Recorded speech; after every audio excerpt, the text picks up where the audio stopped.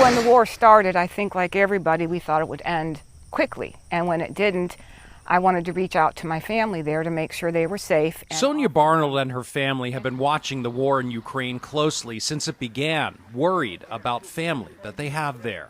And as things got worse, then they said Ivan wanted to come, and we said absolutely. Ivan Nyatillo is a distant cousin who had been living in western Ukraine, still relatively safe, but his family worried that when he turned 18, he would have to fight in the war. So Barnold's welfare check was a godsend for them.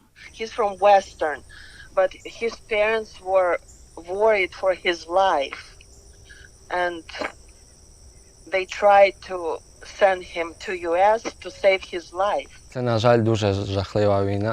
Speaking through an interpreter over a tablet, Ivan told us about the night he decided he wanted to come to the U.S. He said that in the middle of the night there was a bombing in the airport. And they all woke up early in the morning from the bombing. That's when it all started to be so scary. As were the haunting images he would see on a daily basis, causing the interpreter to become overwhelmed with emotion. The people are dying there, a lot of people dying.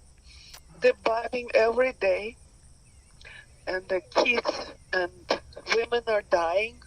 They're not supposed to die, and the war is bad. It's just very bad. Since arriving to the U.S. in June, Ivan is learning English, applying for jobs, and trying to make friends.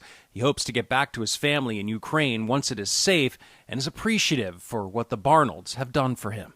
It's been extremely emotional, and when I saw him at the airport, we just looked at each other, and I felt a sigh of relief that he was here and safe.